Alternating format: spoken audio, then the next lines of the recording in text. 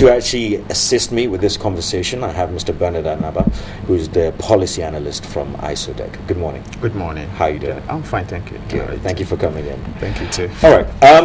First off, in our ultimate wisdom, we've decided to go and secure loans for various reasons around our country, all under the ethos or auspices of kind of development within the country to put us where we should be as we see it in 2014.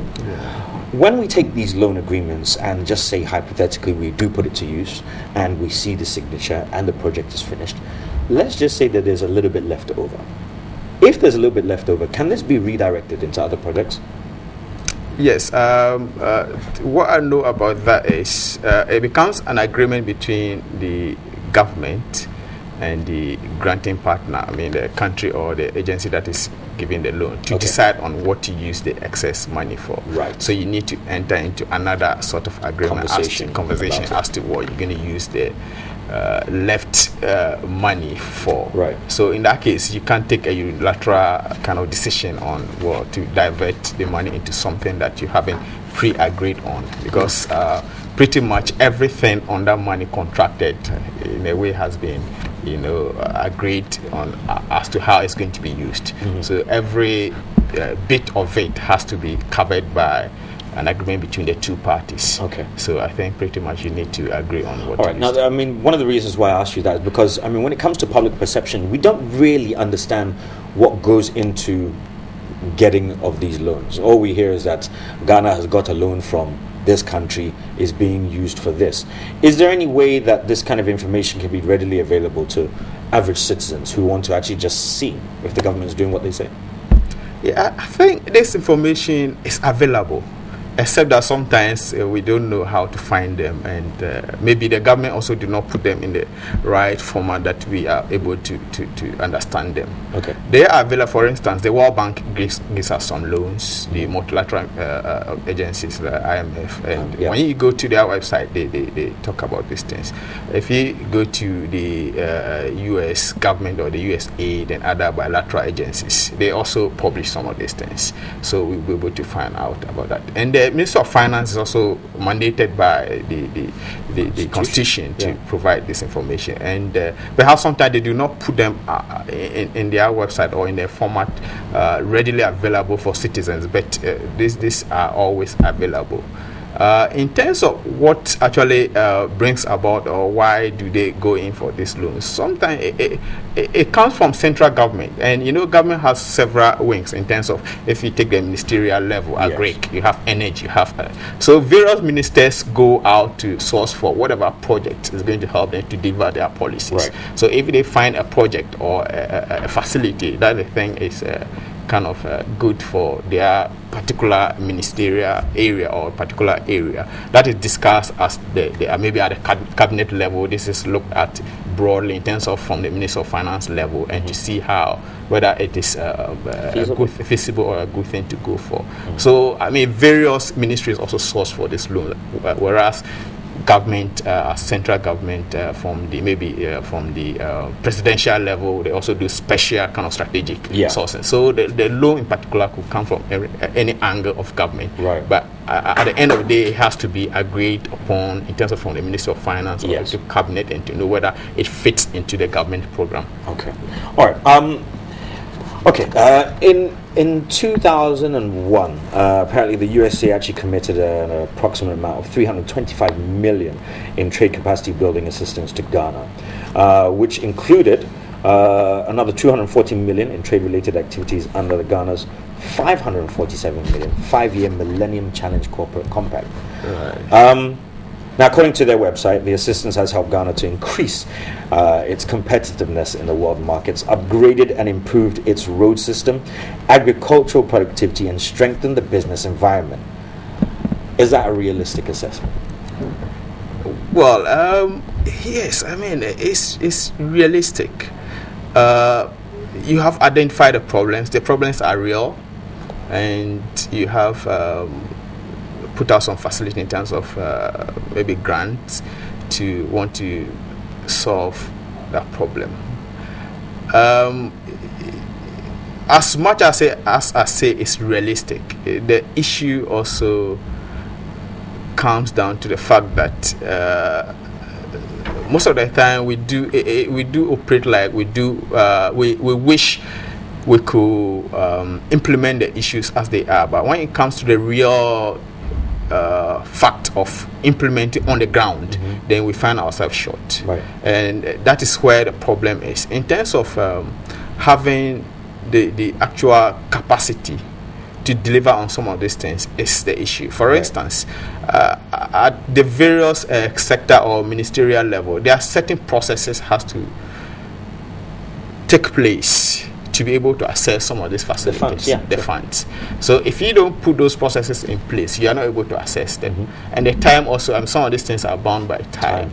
So you are not able to access them, you are not able to use them within a time, and and sometimes they are taken back. And so whilst I would say yes, these are realistic, these are things that can be done, sometimes we too lackadaisical about them. We do not get our feet on the ground and to make sure that what has to be done is actually done. And that is why the complaint has always been that we don't seem to have that absorptive capacity. Whereas we see the problems, we see what can be used to solve this problem. When it comes to doing it, we do not have the implementation is not there. So the money will be there and it's not being used.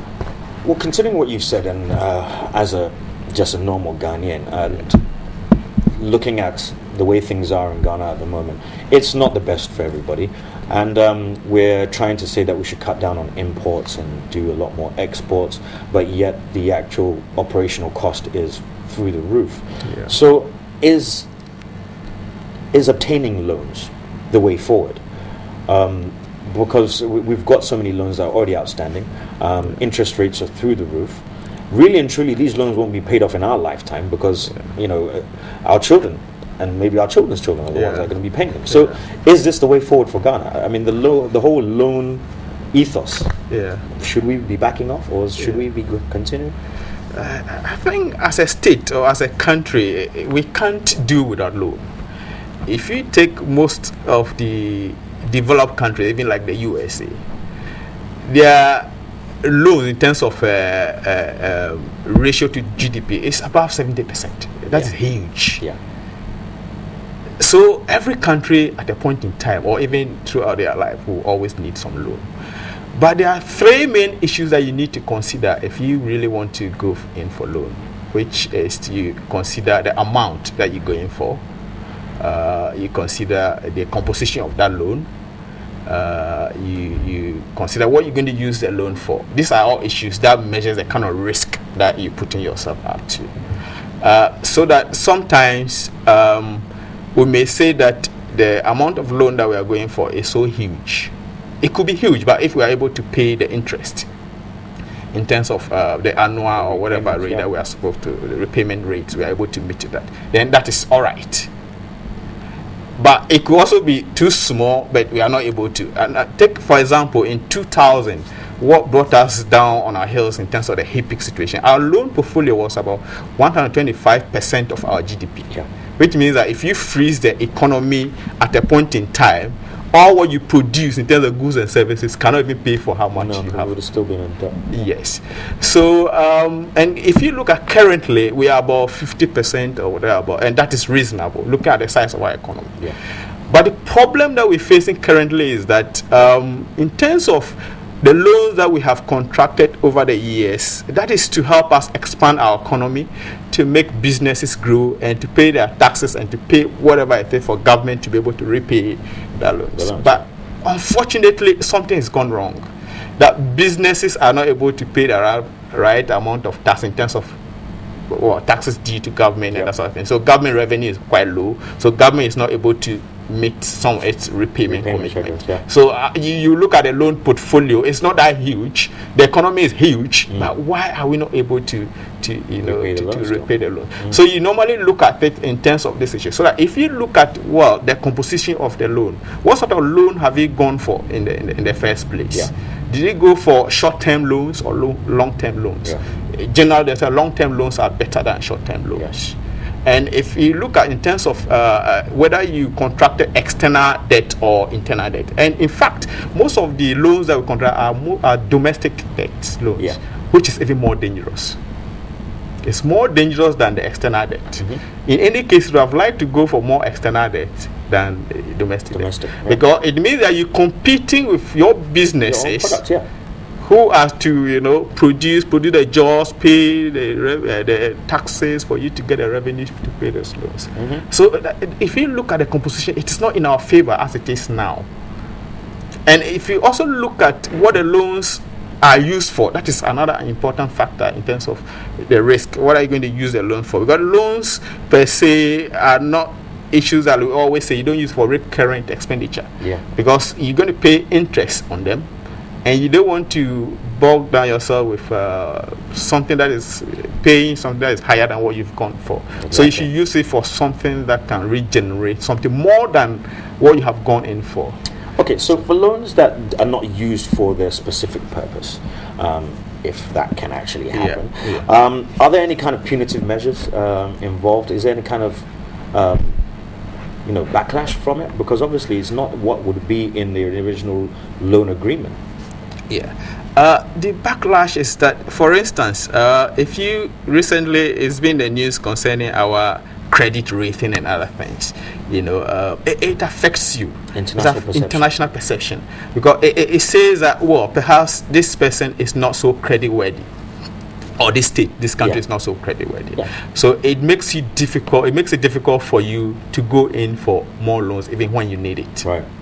So in that terms, going for loans and not able to use them properly, it reflects on you in a bad way, negatively. So that at a point in time, if you don't get the concessionary loans that you get from, let's say, the World Bank, the IMF, and some bilateral agencies, and you need to go to the market in terms of the open market for loans, it becomes a high interest rates, and that becomes difficult. So that if you have a burning project that you need to execute, and because of the high interest, it makes that project even more worse in terms of cost effectiveness, no more worth the issue.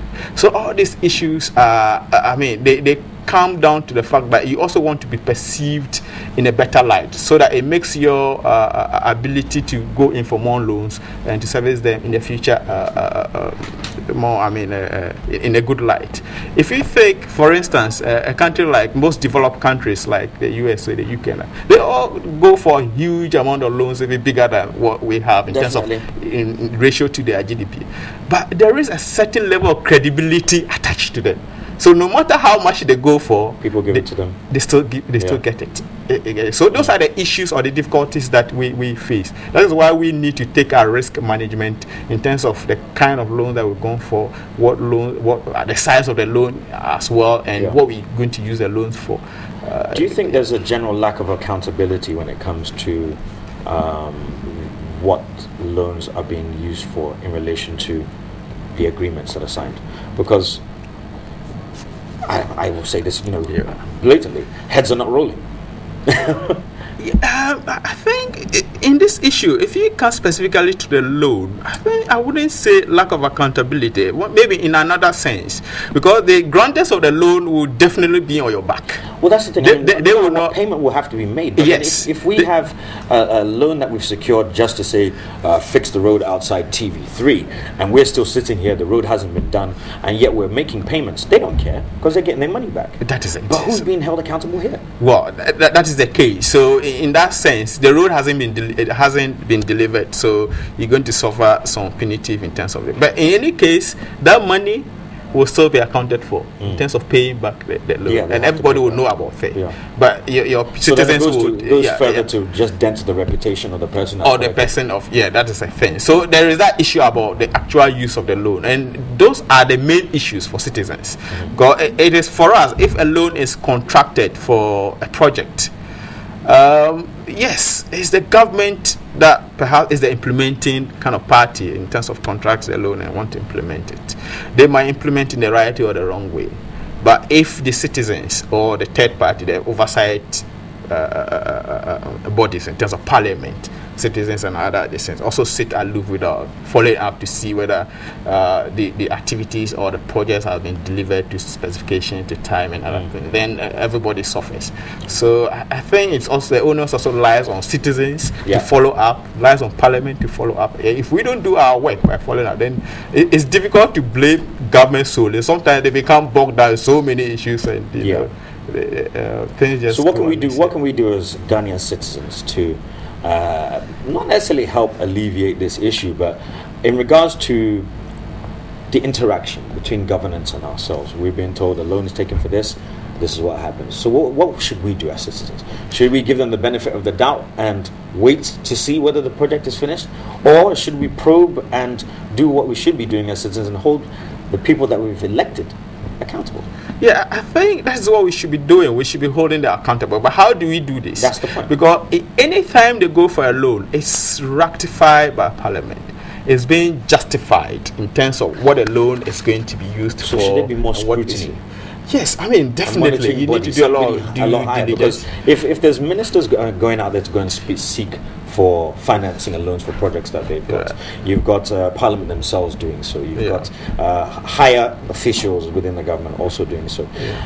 There has to be some kind of monitoring or governing body that should be able to oversee all of this to ensure that this is all going in the development of Ghana. Right? No, there is. If you go to a minister, they have the debt management unit, or I'm sure that is the right thing, that are supposed to track all the loans, all the funds gone for, analyze them in terms of their usefulness, in terms of the risk level, and also to kind of consolidate the government debt and all the loans are contracted for. So there is a department at the Ministry of Finance to do that. Right. But as to whether they are doing that to, I mean, what citizens would have expected is another issue. That is why citizens have to add to the effort in terms of from Parliament level, demanding to see that, I mean, the loans that have been signed. Would the Right to Information Bill assist with this? Definitely. I mean, definitely. We just talked about information, and it makes it easier to access certain information that you may not. I mean, sometimes government intentionally delay putting out the information, I mean, for people to know. I mean, in real time. They could delay just for some reasons. So definitely the Right to Information Bill will help in this regard. Okay. So I think that would be in a good direction to get citizens to understand the issues, to follow up the issues, and also, I mean, sometimes government thinks, I don't know if it's the right way to say, they think citizens do not know enough. That is why they also take them for a ride. But if citizens can prove that they do understand what the government is doing and what they're doing, then government will also sit up to do the right things. Honestly, thank you for coming in this morning, Bernard, and assisting with this particular topic.